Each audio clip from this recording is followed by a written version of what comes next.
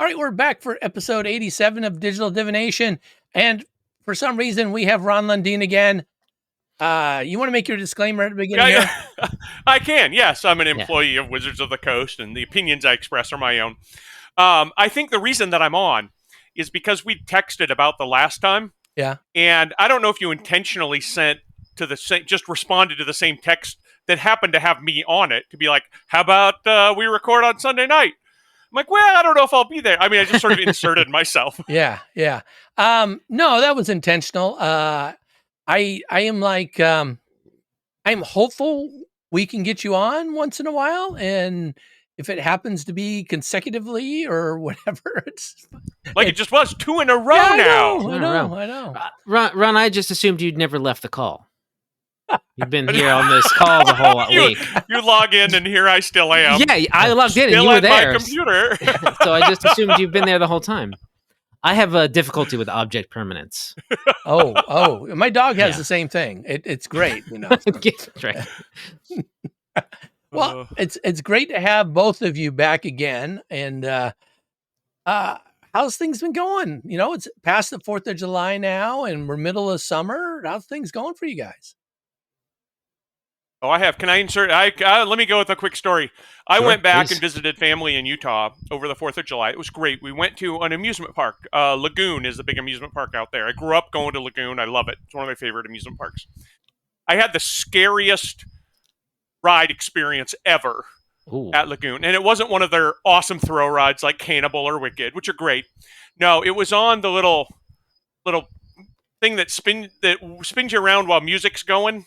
The merry-go-round? A carousel? No, you sit in like a little car and it kind of goes kind of fast. I don't know how to describe it. It is sort of like a carousel, but you sit in a car and it goes really fast. Does it spin you around? Yeah, is it a teacup? Is it a tilt-a-whirl, a scrambler sometimes it's known as? No, it doesn't. You're just going in a circle. You're not spinning while you go in a circle. Okay, cyclotron. But that leads to the story. So the scariest experience I've ever had, I'm in this by myself because my kids are off riding something else. And just seated next to me, because it was really busy, is a 6-year-old girl. I happen to know her, right? Relative. Okay. And just as the ride's about to start, her dad, who is sort of on the sidelines, leans over and goes, "Honey, is your tummy feeling okay yet?" And then the ride starts. Oh Lord! Now it turned out it was okay. Her tummy was in fact fine, thank goodness. But those moments of, oh my goodness, stop the ride! I have to get off, were among the most terrifying I've had on any amusement park ride ever.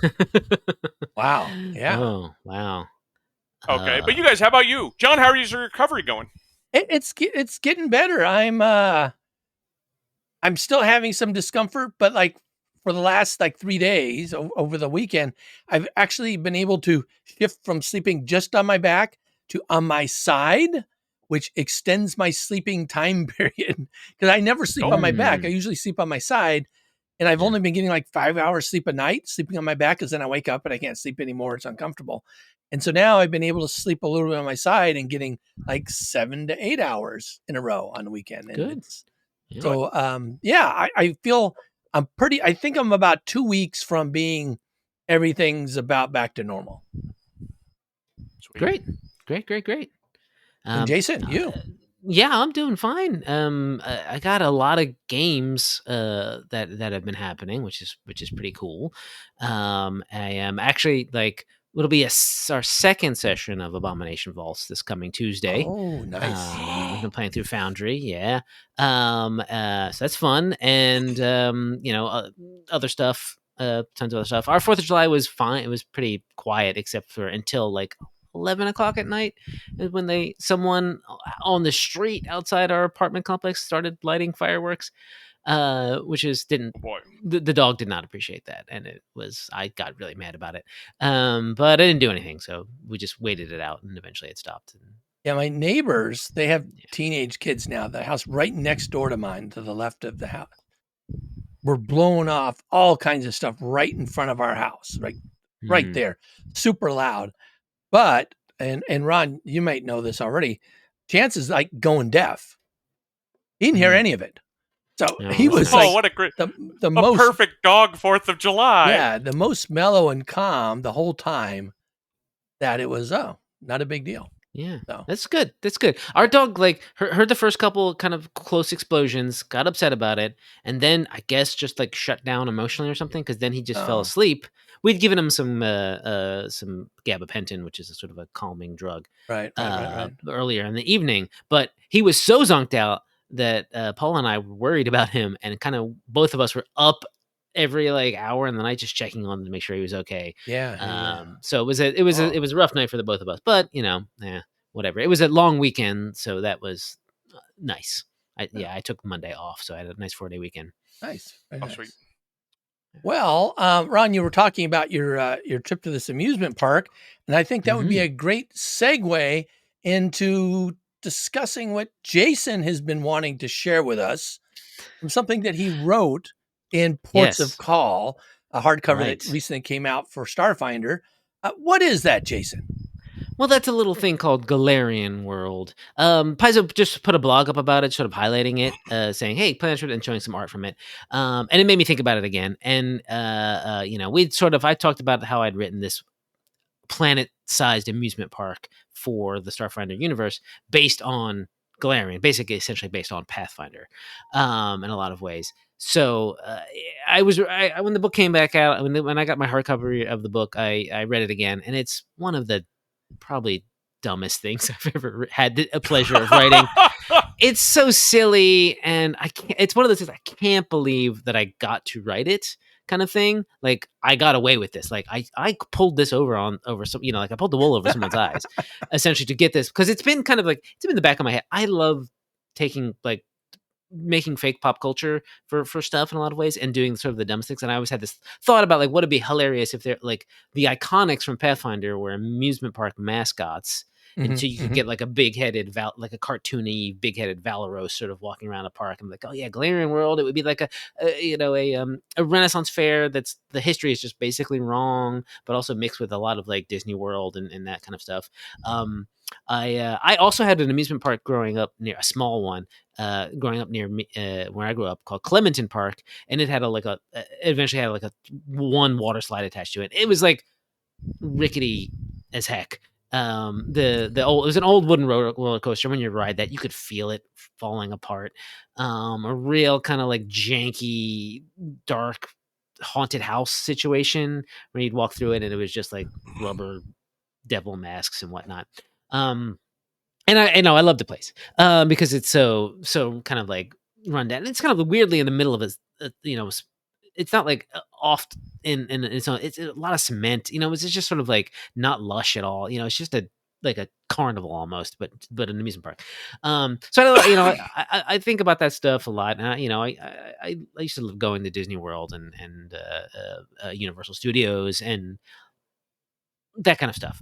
So I decided, like, what if we were talking about Ports of Call when we were pitching this book, and a lot of things about it. People talking about what's it going to be and where are the places we're going to go. And I jokingly to like Eric and Joe Piscini and John Compton pitched this Golarion World. What about Golarion World? I've always wanted to do this thing called Golarion World, which is a fake amusement park. And everyone was like, "Yeah, do it." I'm like, really? I didn't think anyone would want that to happen. So 75%, that was not a one, not a suggestion. And then they were like, "Yeah, do it." And so I did it, and I got to write it. And it's cool. It's fun. So there's several. And how much Golarion World is in it? Yeah. Like how many? How many pages of Golarion World of all of Ports of Call? Oh, like 8 or 10 or however long the sort of larger sections are. It's not, this is a nice sized book. It's got a lot of also great stuff in it. Stuff that you can use for like other campaigns, like an expanded look at Outpost Z, if you've got it, like say, an Against the Aeon Throne campaign still going, or a sort of a larger look at Locust One from Liberation of Locust One. Those are both Aslanti related, ironically. But there's also some stuff that, we talked about, but never really showcased in depth. The giant planet Anduar, the home planet of the Osharu, for instance, I think is in here, and stuff that so sort of it's the book that's the end of the culmination of the drift crisis, and says, oh, all these drift lanes are open up, so there's going to be a lot more travel, right? So here's some places that you can go for your campaign, some places that are new, some places that are old but need some fleshing out, some places that are now easier to get to because of the drift lanes, right? And you can make this your home base and have a whole campaign here. And Golarion World is one of the new places. That's sort of like a lush planet is discovered out there in the vast, and basically it's discovered by an it's not an amusement park company, but it's New Horizons Luxury Retreats, which is a company that has come back over and over again. And then they're like, the vice president of theme parks is like, I'm an amateur historian. I'd love to turn this into Golarion, a recreation of Golarion, but with rides. And so he does, and so it's all, and it's all goofy in a lot of ways. There's like rides based off of roller coasters and based off dragons and stunt spectacular. One of Tarbafon sort of sieging Absalom Island is a sort of nightly stunt spectacular. One of the things that I also can't believe is in here is the test of the Starstone Burger, which is a giant, like whatever I say, like a half a pound of meat, and if you can eat it all in one sitting, you get your picture taken and put up on the wall of food gods. It takes everything it's sort of like my love letter to Pathfinder in a lot of ways. Like everything I sort of like, there's specific areas that are sort of like the most thematic, and because at least the Inner Sea region is kind of a theme park in of itself, right? It's got sort of like, here's the ancient Egyptian land, and here's the pirates area, and here's the winter area, and here's the spooky ghost area, right? Like it's got its own sort of, and it's just sort of distilling that into its essences of like, oh yeah, you want to go and hang out at Cheliax land, and then there's a Abigail Thrune impersonator who's there and walks around and insults people like the Wicked Queen does in Disneyland. Right, in Disney World, there's always this one actress who's like, oh, walk through, and people are like, oh, they love it. They love being insulted. So yeah, I feel like I'm talking a lot and just sort of bouncing around from subject to subject. So I don't know if there's any focused way to talk about this, or if I should just shut up about it. No, I like hearing about it. That's Well, Ron, you have a lot of experience with Pathfinder. That's where you cut your teeth and did a lot with the lore and everything, I'm sure. What I guess if Jason, if you could talk about the various lands you set up, and then sure. Ron, maybe what do you think is missing from these things? Oh, about each of those. Okay. Yeah. Okay. Fair enough. Your stay begins. Well, first of all, there's a in orbit sort of small space station. I think I called it Cortos Station, where you sort of go, and it's where you buy your tickets, and then you're shuttled down. You can't bring a spaceship down with you. You have to be shuttled down onto Absalom Island, which is the hub of the entire place. And that's where it's sort of built like, a big major city. And that's where you can, eat at get the Tesla Starstone Burger. And then sort of there branch off into many of the lands, maybe taking a tram or you can buy a package that lets you actually go out into the wilderness and be a real adventurer kind of stuff. But then from there, one of the closest ones is probably Cheliax Land, which has, of course, the a hover coaster called the Devil's Bargain, which you are plunged into a pit, 300-foot deep pit, which like with hologram devils sort of grabbing at you and whatever. And then Abigail Thrune walks around. She talks to people. There's a ride kind of almost like what you were describing called the Thrune Cross, which is just a shape like the symbol of Cheliax, right? That sort of cross with the set circle, and it spins. Stuff like that. Yeah. This is weird. I feel like this is weird all of a sudden. Yeah, I know. It's kind of a different. Oh, this is good. Well, here's now. Well, yeah. I could just sort of name all the lands, and then you could tell me what it is. Well, one of the things that seems weirdly ahistorical about it is I can see a situation in which somebody. Let me back up. It is not clear, and is intentionally not clear, when the gap was in Golarion's history, right? And in my mind, Golarion kind of got up to what modern day is, right? Yeah. Sort of It could be, yeah. maybe the average technology we have today, and then the gap happened, and maybe a little slightly better than the technology we have today. But there's no rhyme or reason to that other than my own thinking. It could have been, the current Pathfinder year, 4723. Maybe this all happened in 4725, right? And it was just surprise. There's the gap, Right, yeah. and now, however many hundred years later, couple centuries later, it's the future. But I don't think so. But anyway, so it seems to me, especially in my mind, of there being centuries, if not millennia, of history before the gap happens. So it's a weirdly specific time for a historian. Yeah. Maybe not for stuff like Geb or Tar-Baphon because they're huge figures. Yeah. But like the blog, I haven't read Ports of Call, but the blog mentions Eutropia, Empress Eutropia of Taldor. Yeah. I mean, she's a big deal for the War for the Crown adventure path. But I think in the millennia-long history of Taldor, she's kind of no big deal. Small. It'd be like somebody being, hey, we've got all this historical stuff, and one of our significant historical figures is going to be Philip of Macedon. Yeah. I mean, okay. I mean, you mean Alexander the Great's dad, right? Well, right, Philip was kind of a big deal in his own day, too. I mean, well, yeah, but history's happened since, Right, exactly. And when you mention Cheliax as like the devil land, and you're like, all right, well, Abigail Thrun has actually ruled for a lot longer than many rulers have, sort of an unnaturally long lifespan. Does her unnaturally long lifespan go much longer then? Is that why she's picked, or what? Yeah. I mean, it's the mystery of what isn't said, or what a historian might think, is the thing that kind of makes me sort of sink my teeth into this. It's like, well, there sure isn't an Andoran land. No. Does that mean that from a historical perspective, there isn't an Andoran in existence for very long? So it's who interesting. knows? Yeah, I kind of filtered a little bit through what a theme park executive would find interesting kind of situation, right? Mm-hmm. Or this amateur historian guy who just sort of picked things that he liked and made the parks that way, right? So it's the things that I like about Pathfinder, things that sort of stick out in mind that I think would be interesting to talk about, make Princess Queen Eutropia a very Disney princess kind of figure.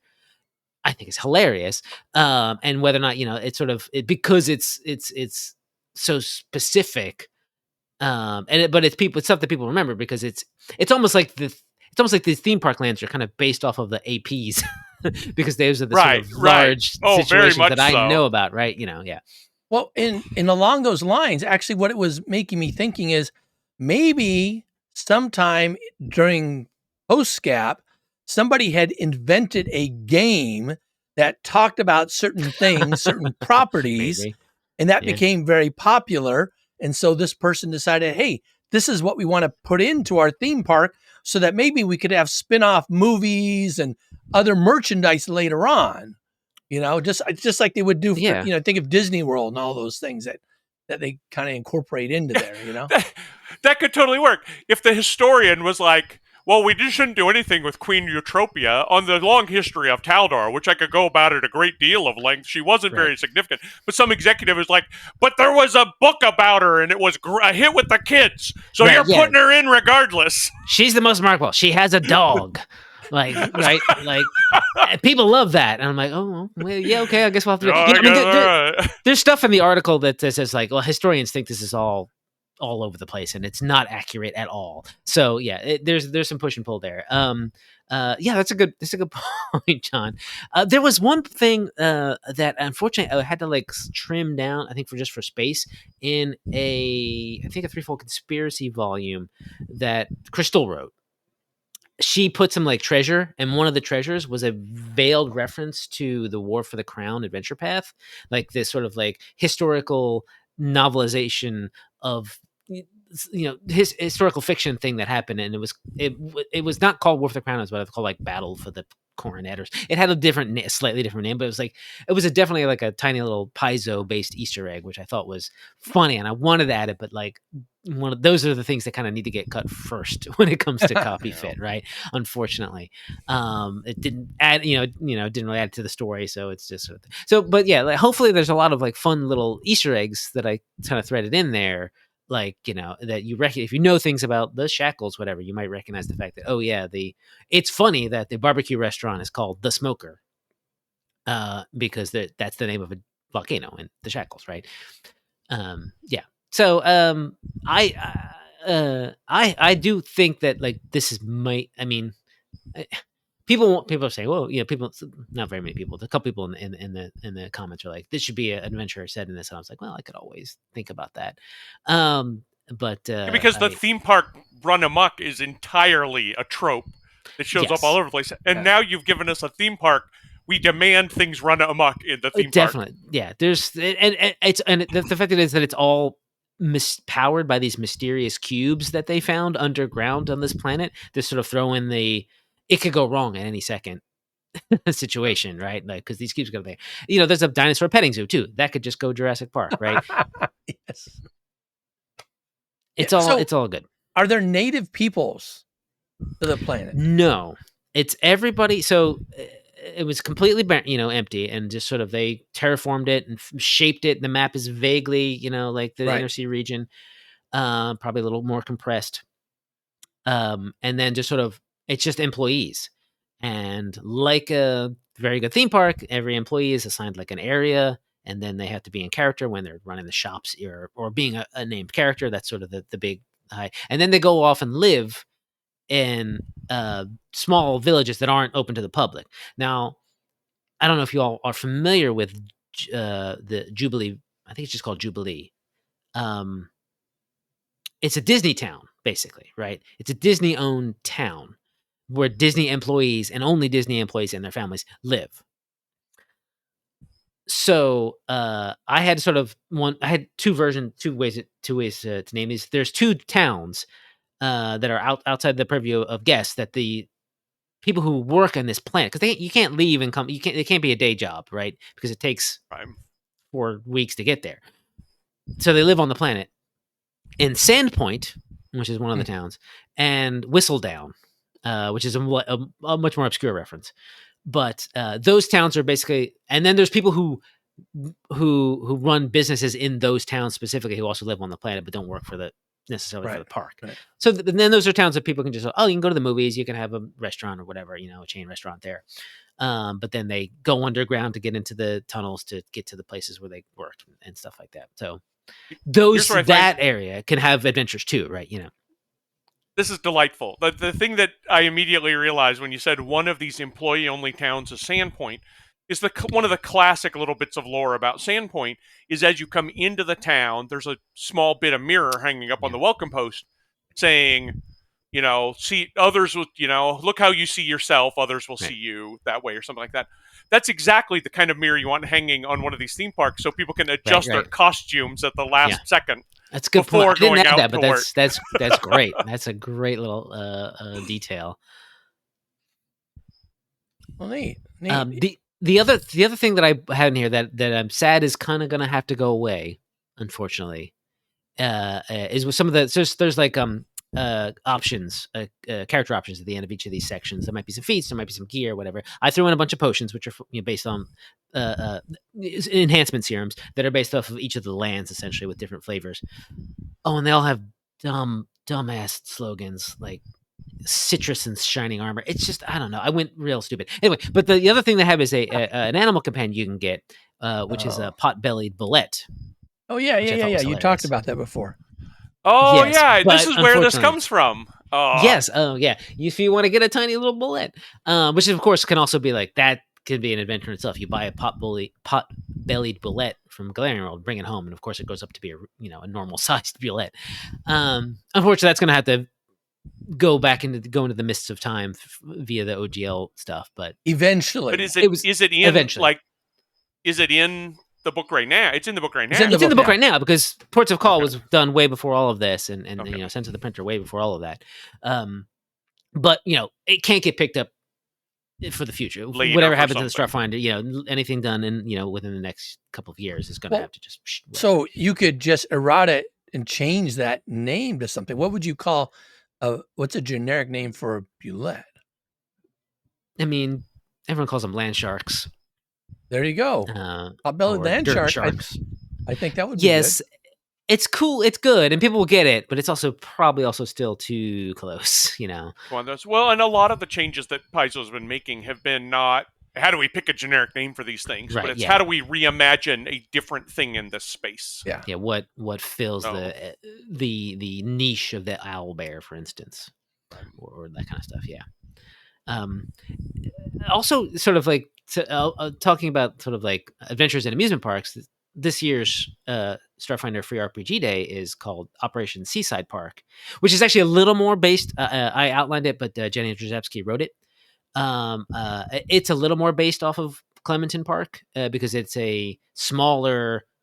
It's got like one roller coaster and one merry-go-round or whatever on Castroville, sort of near the ocean. I think on like the coast where Cabaret is, and it's just sort of the small sort of it's closed down, and then a swarm ship crashes into it, and so you play the 4 agents who are sort of, or maybe it's 5 agents who are sent in to sort of just take out the swarm before they can spread. And it's got some it's got that sort of like abandoned amusement park feel, which is also something that I'm really keen on because those can be creepy. I really like that. Was my favorite part of the what's the Adventure Path, Agents of Edgewatch Adventure Path. Oh, yeah. I know, Jason, you wrote for that too. One of the chapters in the adventure I wrote was in an amusement park, an abandoned amusement park called Harrowland, where everything is based on the cards of the Harrow, and it was just super creepy old amusement park stuff. That's just a lot of fun. It's a great setting. The amusement parks are fun because you can have lots of things, and you can have creepy animatronics or robots or constructs or ghosts, and real or not real. You can have them be old man Withers trying to drive people out of out so you can get the gold underneath or whatever. Like it's fun that, like, I feel like it's something that Pathfinder and obviously Starfinder, but Pathfinder can do these things that are kind of modern concepts. You didn't really have amusement parks in actual medieval Europe, right? Or even like Renaissance Europe. They art galleries and stuff, sort of, yeah, and what museums, but like nothing like that we consider would recognize as an amusement park. I think. I guess it's not 100% true. You could have like a menageries were a thing. For something right? like a zoo. Maybe. Something like a zoo you would have, but nothing like that would have be a ride, right? Like, or a show. I mean, besides a play, Copenhagen has a really old amusement park. Tivoli, I think it's called. Oh, yeah. Yeah, it's like I think it's from the 1800s, but it's not, like ancient history. Yeah, it's not ancient, but that's because Pathfinder kind of straddles that line a little bit because it does have some clockworks and mechanization and industrialization in some parts. It straddles that line between sort of the sort of like 12 800s to 1800s kind of situation. So we can Absalom, for instance, giant city, should be very metropolitan, very cosmopolitan. It would have something like an amusement park or a wax museum, some fun sort of creepy thing that you can have send an adventure in, for sure. I think a lot about amusement parks. I've been thinking a lot about amusement parks more so lately, and I don't know why. I've been actually watching this YouTube series called Defunct Land every so often, and it's about defunct amusement park rides and what happens to them in their history. And it's like, you can tie in the to what happened in Tomorrowland to Agent Orange. It's like it does these real deep dives into stuff like that. Like, it's because Monsanto used to sponsor a lot of Disneyland, especially the Tomorrowland. Right. I remember that. Area. Yeah. Right, and then Monsanto, and then the Vietnam War happened, and Monsanto is one of the people who made all of the agents, all of the different agents, especially Agent Orange, and didn't want that to be advertised. And then eventually, it's sort of like they had to basically sort of we don't know. Shut We down don't. all their marketing. Yeah, Yeah. exactly. Like, no, Monsanto. You don't know anything about Monsanto. We're just gonna hide for a while, just lay low, and then that sort of led to them pulling out of Disneyland, and then that eventually leading to what's there now. Some of the stuff there now. There was a specific thing, but I can't remember what it is. So that's a really good story by me. Yeah, But it pulled away. It's part of the history. as a kid, we lived in San Diego, so we went to Disneyland quite a bit. Yeah. School trips or when people came to visit and stuff. And I remember, well, this is back when you had to buy those ticket books. Yeah, the books. Yeah. Yeah, rather than one. There was another theme park there that basically gave you one payment. You got free rides for everything, and it took a while for Disneyland to kind of switch over to that Right, model. Lagoon still has on most of its rides how many tickets it costs to ride it. Even though I don't know that. I mean, they must still sell tickets, but everybody I ever know that goes there just gets the entry pass, which lets you ride everything. Right. And so it's sort of it's quaint to see. Oh, this one. I remember when I was younger thinking that stuff that was worth more tickets is probably a lot more fun. So if I'm going to go wait in a line, I want this new ride that takes 10 tickets rather than this ride that takes 5. Yeah, the double E ticket. That's how they get you. Double E ticket was the one you wanted at Disneyland. Yeah. If you did the teacups, those were the A's or whatever. But if you want to go on Space Mountain or any of those, it's like, I remember when Space Mountain opened up, we went there for a school trip and we go during the week and there was no line at all. And so we literally went on it 29 times in a row. As soon as we got off, we'd race to the front and get on it again. And it was like, wow, this is, but you're some kid. That's kind of what you're doing. Sure. Yeah. And I've never been to a park that has been that uncrowded since then, though. So it's like, maybe during the pandemic it was like that. I don't know. Maybe. We had some of that. Not this time we went to Lagoon, but the last time my kids, just as the park was closing down, one of the rides that's sort of a thrill ride for a 10-year-old, right? Mm-hmm. Yeah, I think it feels too dangerously rickety, called the Wild Mouse. And my kids were able to just go on the Wild Mouse like something like, 10 or 12 times in a row right at the end. Yeah. And it was like at the very end of the night, and obviously everything's kind of shutting down. And they're like, "Oh, can we go again? Can we go again?" I'm like, "Until they tell you no, keep going." And they just kept going and going and going. During a spring break in college, we went to Disney World, and then we got did a whole thing where we got reservations at a restaurant at Epcot to have a fancy night out. We got dressed up and went to the fancy night out. But we got a real late reservation. So when we were we were basically one of the last people to leave the park. And we were I think it actually had been closed because they loaded us up into a couple golf carts and drove us from the restaurant to the park entrance just to make sure because the park is closed. We can't do anything else. And they didn't want us sort of just wandering around the park. They wanted to make sure we left, right? And just sort of cruising through Epcot at midnight or 1 a.m. or something like that on a golf cart was like, wow, this park's closed. That's pretty cool. And that's where all your creepy, haunted, abandoned amusement park ideas came from. That's probably true. It's probably a little bit of Clementon Park from growing up, a little bit of that, a little bit of I was in a Disney World parade at one point because my high school marching band, I don't know why they picked certain high schools, but sometimes marching bands get to march in a parade. So I've gotten to see some of the backstage at Disney World. That was kind of cool. And then march in this parade, and then just sort of have the rest of that spring break, to mess around at Disney World. But as a 17-year-old. I did backstage at Disney World for an entirely different and way less cool reason. I did work for the a series of health clinics. And while I was vacationing at Disney World, I'm like, hey, I know one of the health clinics is for, would you say, Jubilee, right? Yeah. I would like to see it when I'm there. And they gave me some perk. Then, let my family go off and do rides while they gave me kind of a tour back through the costumes and everything. And then Cool. so I got to see how Disney World workers who get sick, what they have to do, right? I mean, it was, which at the time was very interesting, but I guess in retrospect was probably not the coolest reason to be backstage. It's good. It's fun. Amusement parks, Yes. Galarian World. Yeah. Galarian Must have World, more adventures there. Oh. I gotta consider whether or not I going to do an infinite product, for instance. That isn't. I don't have like there are plot hooks in each of these articles, and I could pick one of those and flesh that out, or I can come up with something new. But I'd have to really sit down and take the time to make it a good module size adventure or something like that, right? It wouldn't just be a. I mean, you never know. What's your favorite part of Golarion World? What's my favorite part of Golarion World? That's a good question. No, I'm not sure. Let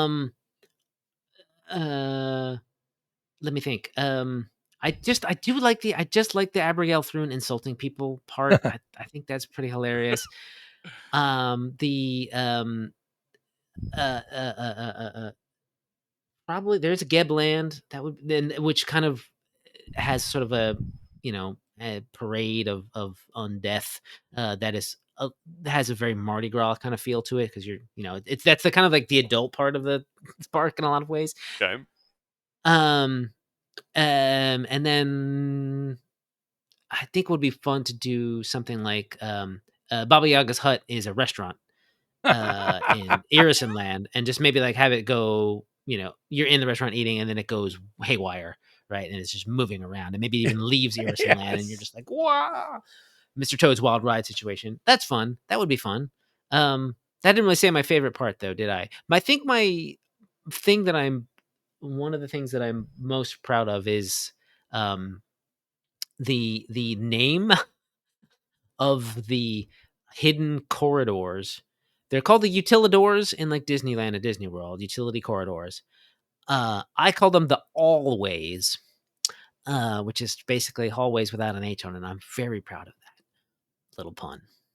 And that's how you get around. That's how you get around if you're in the know. That's if you're, if you work there, right? You get around and that's how you get from place to place. Nice. Through the Always. Very cool. Yeah. I say one thing that I'm not in love with about this. I haven't read Ports of Call, and you guys can tell me about this, but I did read the blog about Golarion World. That was fun. But it's got these two narrators. Yeah. Mm-hmm. Who themselves are, they're neat enough characters, but is the whole book filled with them? There's the little bits here and there. They're sort of like, you get introduced to them at the beginning as two travel writers who are having conversations about these places, and then they just sort of blip, blip, blip. Those were fun to write, though. I'll tell you that. Well, yeah. I've written some of them. This is the first one I think I've seen for Starfinder, and they've been kind of a thing in Pathfinder for a while. But I think Pathfinder uses them a little too heavily, and that makes me a little nervous when I saw that for Ports of Call. Because one of the things, as an adventure writer, one of the things, or an adventure developer, one of the pieces of wisdom I give to people a lot is you're not hiding things from the GM. The GM has to know what's going on. So you don't want to spring upon them, oh, by the way, the CEO's bodyguard is a spy 2/3 of the way through. You tell them up front, this is what's true or what's not. And I feel like this sort of, like in the blog, it's like, well, maybe the little Skittermander sold her soul. Or maybe, look, I want to use the book. Just tell me whether there are actual devils there selling people's souls or whether they're just pretending.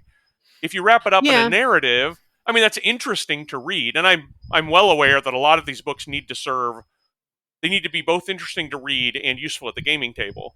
I personally tend to lean a little more towards useful at the gaming table. So I think maybe some of my stuff's a little dry as a result, because I'm trying to be efficient at the gaming table. But stuff that is sacrificing utility at the gaming table for pure narrative sometimes frustrates me. And when I saw that, I'm like, just tell me whether there are devils taking people's souls there or not. That's what I need to know as a DM. Or when I'm GM running this, that's what I need to know.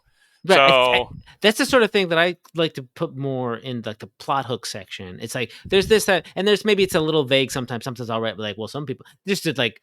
I'm always kind of trying to throw out mysteries that can get picked up later in a lot of ways. But like, yeah, you don't want to say like, well, obviously there's a person who's Abigail Thrune who's playing Abigail Thrune, and probably that switches off or whatever. And then there are costume people dressed up as devils. But then as a plot hook, man, like someone.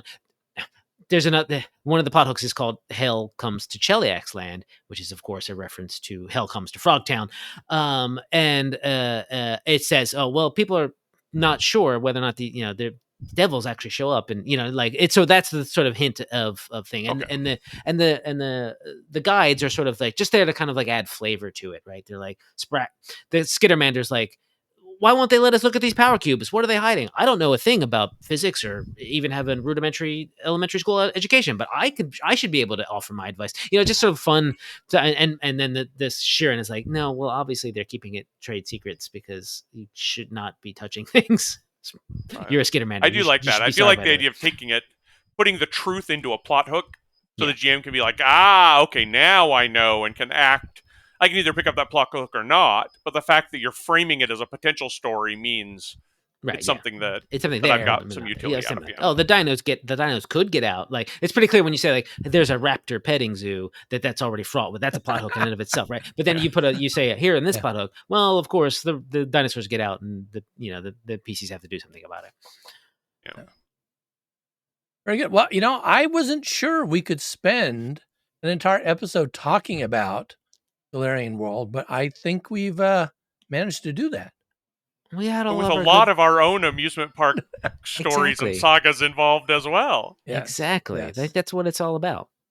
So I did post asking for topics on our Patreon, No Direction, and a couple of people mentioned maybe taking a deeper dive into Starfinder lore because they were familiar with Pathfinder lore, but not so much with Starfinder. And so maybe that's something we could think about for next time. We could find a chunk, because Starfinder has a lot of lore. Pick a chunk of it and talk about like, I mean, do they want to know more about like the Pact Worlds or something that's more Starfinder? Because Pact Worlds, Castrovel and Akaton are sort of intertwined with Pathfinder stuff in a lot of ways. Or we can just talk about the Veskarium, for instance. That's a big chunk of lore that's new to Starfinder, right? I think we get to choose at this point. Well, sure. I'm just giving options. I might, if I'm even involved, let me tell you what I think is interesting for the lore that I went to when I first got the Starfinder book. I'm like, oh, well, I know who the 24 deities are for Pathfinder. In Starfinder, they're different. And that sets up kind of a lot of different stories. Who's out and who's in, and then who's new is actually, I think, was one of the first things I opened the book to and was like scouring in the lore. So cool. Yeah, dibs on that if I'm around when we. Sure. Right. Well, we'll see if you're around. We'll talk about gods. If you're not around, we'll talk about something else. Talk about men. No. Okay. So. All right. All right. Well, this has been enjoyable, and Ron, it's great when we can get you here, and and you're legally able to talk about the things we talk about. So that's a lot of fun. Yep. All righty. Well, I'm John. And I'm Ron. And I'm Jason. And this has been Digital Divination.